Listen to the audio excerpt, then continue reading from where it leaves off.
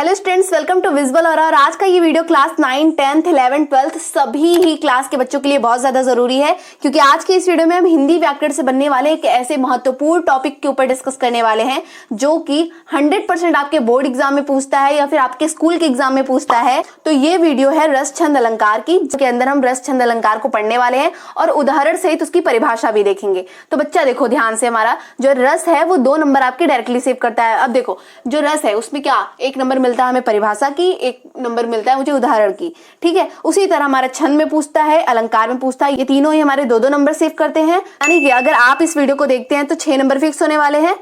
ये वीडियो इसलिए भी इंपॉर्टेंट है क्योंकि इस वीडियो के अंदर सिर्फ हम उसी टॉपिक के ऊपर डिस्कस किए हैं, सिर्फ उन्हीं रस छंद अलंकारों को बताया है जो कि आपके प्रीवियस ईयर की अगर हम बात करें तो प्रीवियस ईयर के पिछले 5-6 सालों में बार बार रिपीटेड है और आगे आने वाले एग्जाम में पूछे जाने की संभावना सबसे ज्यादा है। सिर्फ उन्हीं रस छंद अलंकारों के बारे में हमने इस वीडियो के अंदर डिस्कस किया है, यानी कि आपको यहां वहां भटकने की जरूरत नहीं है।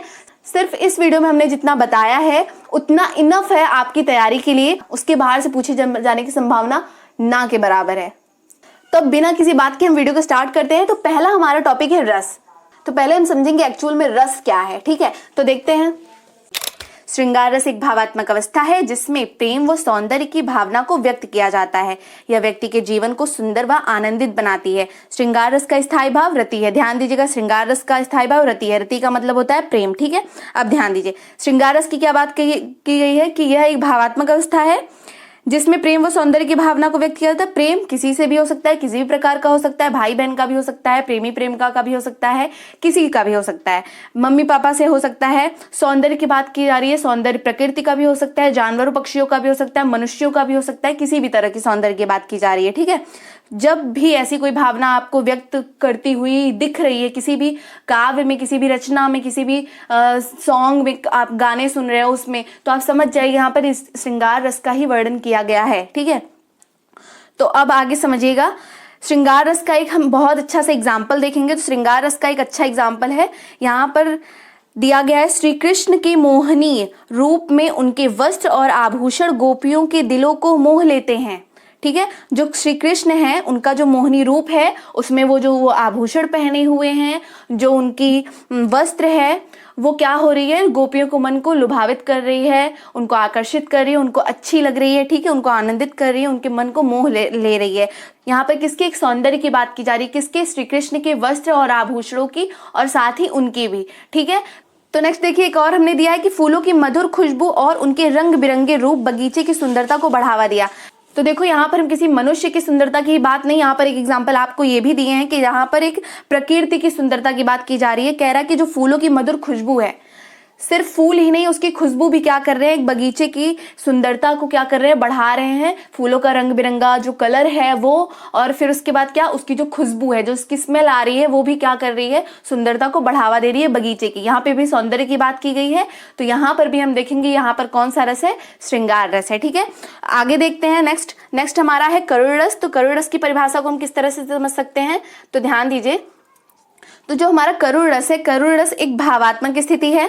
सारी ही एक भावात्मक स्थिति है जिनमें हम दया, सहानुभूति और सहायता की भावना का अनुभव करते हैं। जहां पर आपको दया दिखे किसी के प्रति, सहानुभूति दिखे या फिर सहायता की भावना का वर्णन हो या फिर दुख की भावना का वर्णन हो, तो वहां पर क्या होता है, हमें करुण रस प्राप्त होता है। तो जब अपने किसी प्रिय व्यक्ति या वस्तु के साथ अनिष्ट होता है अथवा विनाश, तब भी क्या होता है, हमें करुण रस का भाव ही उत्पन्न होता है, ठीक है। तो देखते हैं करुण रस का स्थायी भाव। तो देखिए करुण रस का स्थायी भाव क्या है, शोक है। ध्यान दीजिएगा, शोक करुण रस का स्थायी भाव है। ये पूछ सकता है आपसे ऑब्जेक्टिव टाइप में भी। तो इस जो स्थायी भाव है सबका मैं बताते चल रही हूँ, उसको आप नोट करेंगे और उसको याद रखेंगे, और इसके साथ साथ इसकी परिभाषा और उदाहरण भी, ठीक है। तो देखते हैं इसका उदाहरण। तो यहाँ पर दिया गया है इसका उदाहरण। ये बहुत ही फेमस गाना है, हर किसी ने सुना होगा कभी ना कभी। इनफैक्ट इंडिपेंडेंस और रिपब्लिक डे पे तो कन्फर्मली सुनते होंगे आप लोग। ये क्या है, ऐ मेरे वतन के लोगों जरा आंख में भर लो पानी, जो शहीद हुए हैं उनकी जरा याद करो कुर्बानी। लता मंगेशकर के बहुत ही फेमस गाने हैं। जब घायल हुआ हिमालय खतरे में पड़ी आज़ादी, जब तक थी सांस लड़े वो फिर अपनी लाश बिछा दी। तो एक जो देश प्रेम की भावना के साथ साथ वो जो वीर हमारे शहीद हुए हैं उस वक्त लड़ते समय देश की आज़ादी के लिए, तो तो उनके लिए हमारे मन में जो करुणा का भाव उत्पन्न हो रहा है वो करुण रस को दिखा रहा है। इसी तरह अगर हम बात करें तो देशभक्ति के जो पुराने गाने हैं, चाहे वो संदेशे आते हैं ये वाला हो, या फिर ऐ मेरे प्यारे वतन ऐ मेरे बिछड़े चमन तुझ पे दिल कुर्बान, तो उन सभी में आप देखोगे कि आपको ये करुण रस जरूर से मिल जाएगा। देश प्रेम की भावना भी मिलेगी, साथ ही करुण रस भी आपको मिल जाएगा। ठीक है, तो इसमें एक लाइन है, माँ का दिल बनके कभी सीने से लग जाता है तू, और कभी नन्ही सी बेटी बन के याद आता है तू, जितना याद आता है मुझको उतना तड़पाता है तू, तुझ पे दिल कुर्बान तू ही मेरी जान। ठीक है, तो ऐसे ही कुछ ऐसी लाइनें आप चुनिंदा कर लीजिए जो कि आपको लगे कि हाँ उसमें थोड़ा सा फील आ रहा है किसका, करुणा का, तो वो क्या होगा, करुण रस का एग्जाम्पल होगा। या फिर आपको दया और सहानुभूति की भावना देने वाला कोई ऐसा लाइन मिल रहा है तो भी आप वहां पर लिख सकते हैं। ठीक है, जरूरी नहीं है कि एग्जाम्पल आप जो हम बता रहे हैं एग्जैक्ट वही लिखें, आपको इससे बेहतर भी अगर आपको मिल रहा है तो आप लिखें। फिलहाल हम आपको इजी से इजी प्रोवाइड कराने की पूरी कोशिश किए हैं। ठीक है, तो आगे समझते हैं। तो आगे देखो हमारा है हास्य रस। तो हास्य रस की परिभाषा और ये सारी चीजें देखेंगे। तो हास्य रस का पहले स्थायी भाव तक समझ लेते हैं। हास्य रस एक ऐसा रस है जो व्यक्ति को मनोरंजन प्रदान कर हंसी उत्तेजित करता है। हंसी उत्तेजित करता है, मनोरंजन प्रदान करता है। यह किसी काव्य, कहानी, नाटक में मौजूद होता है जो लोगों को उन्हें भूलने का अवसर प्रदान करता है। लोगों को उन्हें भूलने का यानी कि स्वयं को भूलने का अवसर प्रदान करता है। हम कैसे हैं, हमारा प्रोफेशन कैसा है, हम सीरियस हैं या फिर कैसे भी हों हम, लेकिन जब भी ऐसे हमारे पास कोई ऐसी स्थिति आती है जिसमें बहुत हंसी आ रही है, कोई ऐसा लाइन हमने पढ़ लिया हो, कभी कभी होता है कि हम कभी कुछ पढ़ रहे होते हैं और उसमें कोई ऐसी लाइन होती है जिसे देखकर हम मुस्कुरा देते हैं, तो वो जो भाव उस समय आता है तो वो हास्य का भाव होता है। तो जब भी आपको कोई ऐसी लाइन मिले तो आप समझ जाना कि ये हास्य रस को दिखा रहा है। ठीक है, तो आपको अगर पहचानने को कहा जाए कि कौन सा हास्य रस है तो आप इजीली इसको पहचान सकते हैं, उसको पढ़ करके, उसको देख करके, फिर उसको सुन करके। ठीक है, तो वो क्या है, तो इसका एक हम एग्जाम्पल देख लेते हैं। तो इसका एग्जाम्पल इस तरह से है, यहाँ पर हमने 2 एग्जाम्पल लिया है। पहला है हाथी जैसी देह, गैंडे जैसी खाल, तरबूजे सी खोपड़ी, खरबूजे से बाल। यहाँ पर देखो किसी इंसान की शारीरिक जो बनावट है उसका बहुत बुरी तरह से यहाँ पर मजाक उड़ाया गया है। तो एक मजाक का भाव यहाँ पर आ रहा है, उसका हास्य बनाया जा रहा है, तो यहाँ पर हास्य रस आपको मिलेगा। ठीक है, तो यानी कि ये क्या है, हास्य रस का एक एग्जाम्पल है। एंड सेकंड देखो है, बुरे समय को देखकर गंजे तू क्यों रोए, किसी भी हालत में तेरा बाल न बाका होए। जाहिर सी बात है उसके सिर पे बाल ही नहीं है तो बाल क्या बाका होगा। ठीक है, तो ऐसे ही जब लाइनें आपको मिल जाए, फिर कोई आप चुटकुले हैं, चुटकुले की लाइन है जिससे कि क्या हंसी आ रही है, चुटकुला है, जाहिर सी बात है हंसी आएगी, तो आप उसको भी एग्जाम्पल की जगह पर लिख सकते हैं। ठीक है, तो आगे देखते हैं। तो आगे है वीर रस। तो वीर रस की परिभाषा समझते हैं। तो वीर रस वह रस है जो वीरता, साहस और उत्साह की भावना को प्रकट करता है। यह किसी वीरतापूर्ण कहानी या किसी अन्य रचना में प्रकट हो सकता है। कोई भी अगर वीरतापूर्ण कहानी है, या फिर आप नाटक देख रहे हैं, या फिर कोई ऐसा मूवमेंट देख रहे हैं जहां पर किसी वीरता, साहस का आपको अनुभव हो रहा है, तो वो आप वहां पर लिख सकते हैं कि ये क्या है, वीरता को दर्शा रहा है, तो ये वीर रस का एग्जाम्पल है। ठीक है, तो वीर रस का स्थायी भाव उत्साह है। तो उत्साह जब भी आपको कहीं पर दिखे, किसी लाइन में उत्साह हो, जिसे हम कहते हैं एक्साइटमेंट, कोई ऐसी आपको लाइन दिख रही है तो आप समझ जाना कि वो क्या है, वीर रस को दर्शा रही है। ठीक है, तो वीर रस का एक बहुत अच्छा एग्जाम्पल हम देखेंगे। तो ये रहा एग्जाम्पल वीर रस का।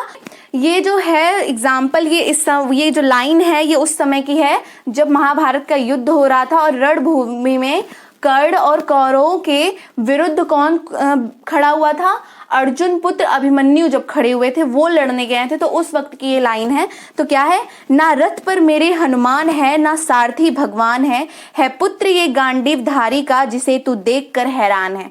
तो ये जो लाइनें हैं वो अभिमन्यु की वीरता को दर्शा रहा है कि ना रथ पर मेरे हनुमान है, कौन कह रहा है, ये अभिमन्यु कह रहे हैं, ना ही सारथी भगवान है पुत्र ये गांडीवधारी, यानी कि अर्जुन की बात की जा रही है। गांडीवधारी अर्जुन को कहा जाता था, ठीक है ना, तो उनके पुत्र अभिमन्यु कह रहे हैं, है पुत्र ये गांडीवधारी का, जिसे तू देखकर हैरान है। किसको कह रहे हैं, कौरव और कर्ण को कह रहे हैं। ठीक है, तो ये उस समय का है, तो है ना बहुत ही ज्यादा वीरों वाला आ रहा है इसमें से भाव। तो ये एक अच्छा एग्जाम्पल है किसका, वीर रस का। इसके साथ साथ आप ये भी दे सकते हैं कि बुंदेलो हर बोलो के मुंह हमने सुनी कहानी थी, खूब लड़ी मर्दानी वो तो झांसी वाली रानी थी। तो ये रहे आपके रस जो कि बहुत ज्यादा इंपॉर्टेंट है परीक्षा की दृष्टि से कहा जाए तो।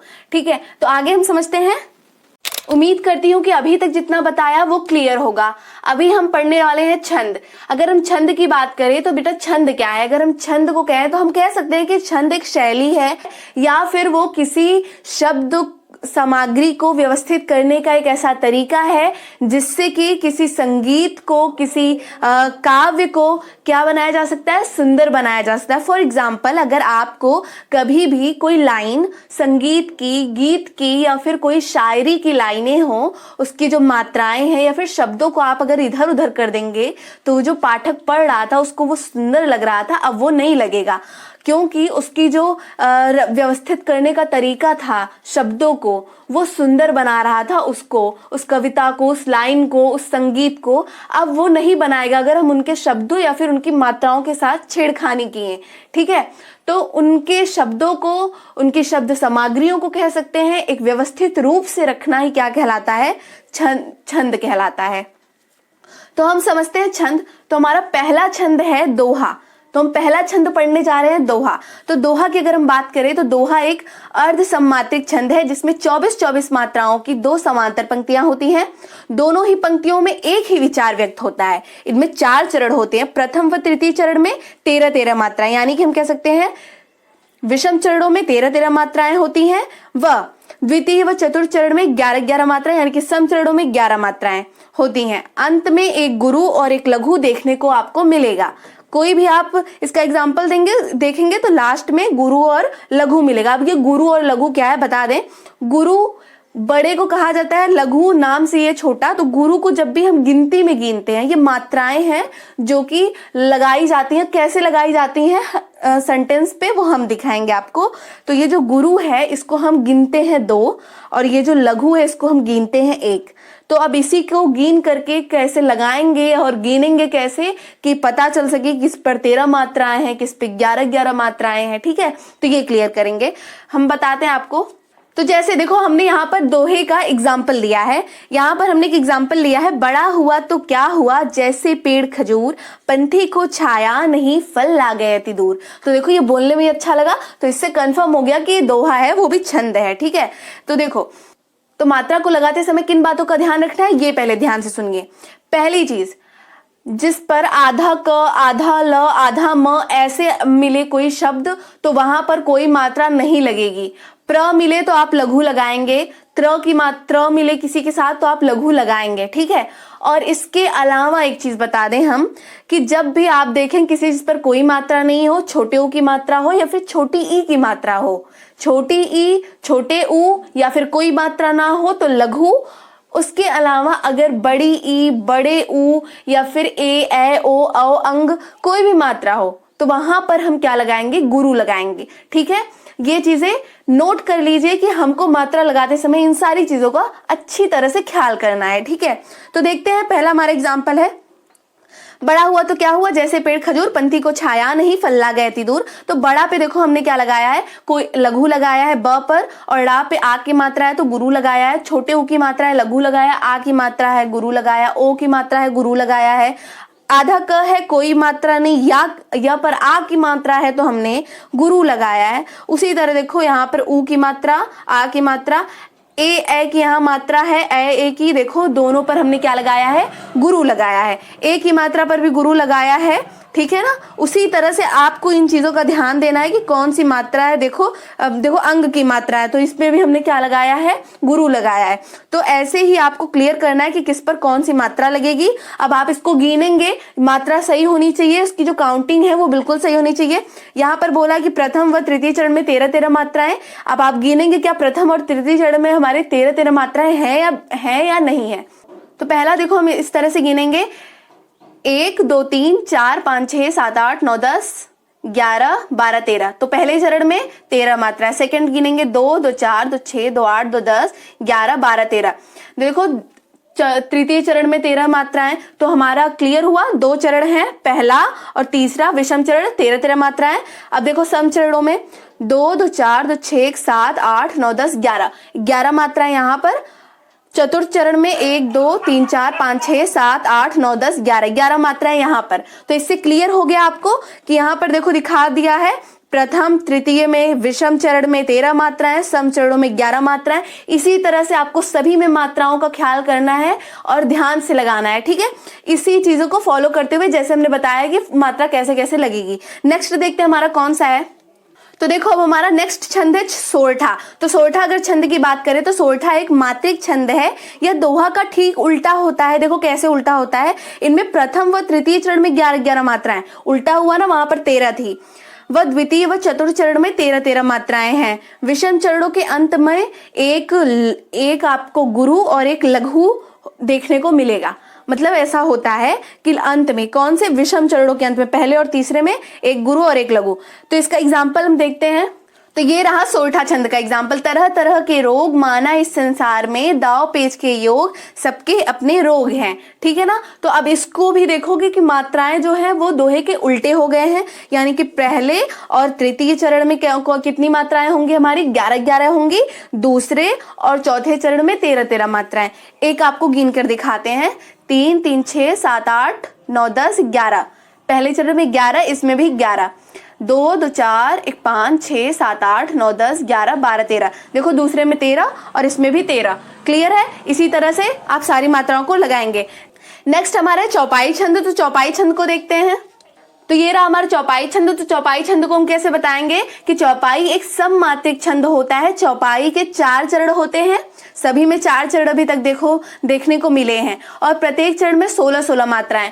कोई कंफ्यूजन नहीं है, 16 मात्राएं सब में है, ठीक है। चौपाई के अंत में एक गुरु होता है। ये आप देखेंगे कि जितनी चौपाई का जो अंत होगा लास्ट, वहां पर आपको गुरु देखने को मिलेगा। तो इसका एग्जाम्पल हम देते हैं आपको। नासे रोग हरे सब पीरा, जपत निरंतर हनुमत बीरा, संकट तय हनुमान छुड़ावे, मन क्रम बचन ध्यान जो लावे। तो ये है हमारा एग्जाम्पल चौपाई का। अगर हम चौपाई की बात करें तो आप कोई सी भी लाइन लिख सकते हैं। जब आप हनुमान चालीसा पढ़ते हैं, जय हनुमान ज्ञान गुण सागर, ऊपर तो 4 लाइन आपकी दोहे की होती है, नीचे भी होती है दोहे की। तो जो बीच में जहां से हनुमान चालीसा शुरू होता है, जय हनुमान ज्ञान गुण सागर, वहां से आप कोई भी 2 लाइन उठाएंगे, वो सारी चौपाई होती है। तो वहां से 2 लाइन उठाइए और कोई सा भी लिख दीजिए, लेकिन शर्त यह है कि आपको मात्रा अच्छे से लगानी आनी चाहिए, ठीक है। तो देखते हैं। तो ये रहा इसका एग्जाम्पल, और मात्रा कैसे लगी है आप इन्हें देखेंगे ध्यान से। और देखो, अगर आपको मात्रा लगाना अच्छे से सीखना है तो पहले आपको मेरी मात्राओं को ध्यान देना पड़ेगा, फिर अपने मन से उसको लगाकर देखेंगे तो ऑटोमेटिकली आपको एक बार में, आई एम 100% श्योर कि आपको एक बार में मात्रा सही लगानी आ सकती है। बस एक बार मैं जैसे लगाई हूं उसको फॉलो करेंगे, सेकंड आप अपने मन से लगाएंगे, ठीक है, आपको आ जाएगा। बहुत ईजी है मात्रा लगाना, बिल्कुल भी टफ नहीं है। तो अब आगे बढ़ते हैं। आगे हमारा कुंडलियां छंद। ये रहा हमारा कुंडलियां छंद। अगर कुंडलियां छंद की बात करें तो ये बिल्कुल अलग है। कैसे है देखो, कुंडलियां दोहा और रोला के संयोग से बना होता है। रोला इसमें नहीं बताया है क्योंकि इसमें हम सिर्फ इंपॉर्टेंट बताए हैं एग्जाम के पॉइंट ऑफ व्यू से, तो इसकी वजह से हमने यहाँ पर रोला नहीं बताया, क्योंकि रोला बहुत ज्यादा जरूरी नहीं है, एग्जाम में नहीं पूछता जल्दी, ठीक है। तो हम देखते हैं, दोहा और रोला के संयोग से बना होता है क्या, कुंडलियां छंद। इसमें 6 चरण होते हैं तथा प्रत्येक चरण में 24 मात्राएं होती है। देखो सभी में 4 थे, कुंडलियां में 6 हैं, और मात्राएं क्या है, सबसे ज्यादा है 24 मात्राएं प्रत्येक चरण में, सभी में है, ठीक है। तो देखो यहाँ पर ये रहा आपका एग्जाम्पल। तो देखो ये काफी लंबा एग्जाम्पल है और इस पर हमने मात्रा नहीं लगाई है, तो ये आपकी जिम्मेदारी है कि आपको इस पर मात्रा लगानी होगी सीख करके, ठीक है। पी ले प्याला प्रेम का, मनुआ रहे प्रसन्न, जिसने पिया प्रेम रस वही सुखी संपन्न, वही सुखी संपन्न प्रेम जो निस दिन बाटे, चलो प्रेम की राह मिटे दुख के सब काटे, कह गालिफ कविराय जिंदगी सुख से जी ले, जीवन होगा धन्य प्रेम का प्याला पी ले। तो अब यहाँ हुआ छंद हमारा क्लियर। आगे हम समझेंगे अलंकार। तो पहले अलंकार को समझते हैं। तो अलंकार क्या है, अलंकार एक तत्व है, एक ऐसा तत्व जो क्या किसी कविता या फिर काव्य कह सकते हैं कि सुंदरता सौंदर्य को बढ़ाने का काम करती है, ठीक है ना। तो अगर आपसे पूछा जाए कभी कि अलंकार क्या है तो आप कहेंगे अलंकार काव्य या फिर कविता के सौंदर्य को बढ़ाने वाला तत्व है, ठीक है, दैट्स इट। अब हम देखते हैं कि कौन कौन से अलंकार है जो कि परीक्षा की दृष्टि से बहुत बहुत जरूरी है। तो हमारा पहला है यमक अलंकार। तो यमक अलंकार की परिभाषा हम इस तरह से दे सकते हैं कि जब किसी वाक्य में एक शब्द एक से अधिक बार आए और हर बार उसका अर्थ अलग अलग निकले, वहां यमक अलंकार होता है। ध्यान दीजिएगा, कह रहा है कि जब एक ही शब्द एक से अधिक बार आए और उसका जो अर्थ है वो बार बार, जितनी बार भी वो आ रहा है उतनी बार उसका अर्थ क्या हो, अलग अलग निकले। मिनिमम 2 बार आ सकता है, मैक्सिमम कितना भी, ठीक है। तो अब देखेंगे इसका एग्जाम्पल। तुम्हारा पहला एग्जाम्पल है 3 बेर खाती थी वो 3 बेर खाती है। 3 बेर यानी कि यहाँ पे एक बार 3 बार की बात की गई है और दूसरा 3 बेर के दाने की बात की गई है, ठीक है। 3 बेर यानी कि 3 बेर के दाने खाती थी, 3 बेर खाती है यानी कि वो 3 बार खाती है, ठीक है। तो अब देखो सेकेंड एग्जाम्पल हमने इसी तरह यहाँ पर दिया कि सपना सपना समझकर भूल न जाना। यहाँ सपना किसी लड़की की क्या नाम की बात की जा रही है, एंड सेकंड यहाँ सपना ड्रीम, स्वप्न की बात की जा रही है, ठीक है। तो क्या बोल रहा है, सपना सपना समझकर भूल न जाना। तो यहाँ पर देखो सपना 2 बार आया है, यहाँ पर 3 बेर भी 2 बार आया है, लेकिन क्या हो रहा है, दोनों का अर्थ क्या है, अलग अलग निकल रहा है। तो इस तरह से आप पहचान जाएंगे कि यमक अलंकार कौन सा है, ठीक है। तो ये रहा हमारा यमक अलंकार। तो आगे देखते हैं, आगे हमारा है रूपक अलंकार। तो रूपक अलंकार को हम इस तरह से समझ सकते हैं कि जिसमें उपमेय और उपमान के बीच के अंतर को समाप्त करके उन्हें एक समान कर दिया जाता है, रूपक अलंकार कहलाता है। तो इसको ध्यान समझिएगा, उपमेय और उपमान की बात कर रहा है यहाँ पर। उपमेय उपमान की अगर हम बात करें तो एक होता है हमारा तुलना करने वाला और दूसरा है हमारा जिससे तुलना की जाती है। तो इन दोनों के बीच का जो अंतर है तो वो क्या कह रहा है, वो समाप्त कर दिया जाता है, ठीक है ना। आपको कोई ऐसा वाक्य मिल रहा है तो आप समझ जाएंगे कि वो रूपक अलंकार है। तो उसका एक एग्जाम्पल हम देते हैं आपको। मुख चंद्रमा है, देखो चंद्रमा जिससे तुलना करनी चाहिए थी और जिसकी तुलना करनी चाहिए, उन दोनों के बीच का अंतर क्या कर दिया, समाप्त कर दिया। सेकंड देखो चरण कमल बंदो हरिराई। तो यहाँ पर हरि के चरण और कमल के बीच का जो अंतर है वो खत्म कर दिया गया, यानी कि यहाँ पर रूपक अलंकार होगा। तो आई होप कि आपको अच्छे से समझ में आ गया होगा। आगे देखते हैं, आगे हमारा नेक्स्ट है श्लेष अलंकार। तो श्लेष अलंकार को हम कैसे बता सकते हैं, हम श्लेष अलंकार की परिभाषा इस तरह से दे सकते हैं कि जहां पर कोई एक शब्द एक ही बार आता है लेकिन उस शब्द के अर्थ भिन्न भिन्न निकले तो वहां पर श्लेष अलंकार होता है। ध्यान दीजिएगा, कह रहा है एक शब्द एक ही बार आता है लेकिन उसके जो अर्थ हैं वो भिन्न भिन्न निकलते हैं, अलग अलग निकलते हैं। जैसे कि हम एग्जाम्पल दे रहे हैं, तो ये देखिए इसका एग्जाम्पल, प्रियतम बतला दे लाल मेरा कहाँ है। लाल, देखो ये जो लाल शब्द है यहाँ से 2 अर्थ निकल रहा है, एक तो आभूषण, सेकंड है हमारा बेटा। तो हम कह सकते हैं कि प्रियतम बतला दे बेटा मेरा कहाँ है या फिर लाल मेरा कहाँ है। तो लाल शब्द के 2 अर्थ निकल रहे हैं, इस वजह से यहाँ पर श्लेष अलंकार होगा। सेकंड देखिए एग्जाम्पल, रहीमन पानी राखिए बिन पानी सब सून। यहाँ जो पानी शब्द है बच्चा, वो जो शब्द है पानी, इसके भी 2 अर्थ निकल रहे हैं। एक तो जल हुआ जो हम पीते हैं, सेकंड हमारा क्या हुआ, सम्मान। तो यहाँ पर कह रहा है सम्मान को रखना है, उसके बिना सब बेकार है, ठीक है ना। सम्मान रहना चाहिए और जल रहना चाहिए या उसके बिना सब बेकार है। नेक्स्ट एंड लास्ट हमारा है उत्प्रेक्षा अलंकार। जहाँ उपमेय में उपमान होने की संभावना या कल्पना की जाती है वहां उत्प्रेक्षा अलंकार होता है। उपमेय में उपमान होने की संभावना कह रहा है। ध्यान दीजिएगा, आप रूपक और उत्प्रेक्षा में बिल्कुल कंफ्यूज मत होइएगा। रूपक में समानता समाप्त कर दी जा रही है, उन दोनों के बीच का जो फर्क है उसको समाप्त कर दिया जा रहा है। उत्प्रेक्षा में उपमेय में उपमान होने की संभावना की जा रही है या फिर कल्पना की जा रही है कि ऐसा हो सकता है, तो वहां उत्प्रेक्षा अलंकार है। जैसे कि चित्रकूट जनु अचल अहेरी, यहाँ पर ये है। और हम कह सकते हैं कि जो राधा के चरण है वो कमल के समान कोमल है। तो अगर हमको कोई ऐसे सेंटेंस दिखते हैं तो हम समझ जाएंगे कि वो उत्प्रेक्षा अलंकार है जहां उपमेय में उपमान की संभावना की जा रही है। आई होप कि आपको हमने अभी तक जितना भी बताया, रस छंद अलंकार, वो सारे ही क्लियर होंगे। और हाँ, अगर आपको कोई और नेक्स्ट टॉपिक पर वीडियो चाहिए तो आप कमेंट में बताएंगे, और अगर वीडियो पसंद आई हो तो वीडियो को लाइक करेंगे। अगर आप चैनल पर नए हैं तो चैनल को सब्सक्राइब कर लीजिए और बेल आइकन को भी प्रेस कर लीजिए, क्योंकि आपको math, physics, chemistry, biology, Hindi, English सभी पर इंपॉर्टेंट टॉपिक जो है उस पर पूरी वीडियो आपको मिलने वाली है हमारे चैनल पर। आपके बोर्ड एग्जाम की प्रिपरेशन में हम आपके साथ हैं और आपकी पूरी हेल्प करेंगे जिससे कि आपका बोर्ड एग्जाम अच्छा जा सके। तो बेस्ट ऑफ लक, पढ़ते रहिए, ऑल द बेस्ट, एंड मिलते हैं नेक्स्ट वीडियो में। तब तक के लिए बाय बाय और अपना खूब सारा ख्याल रखिए।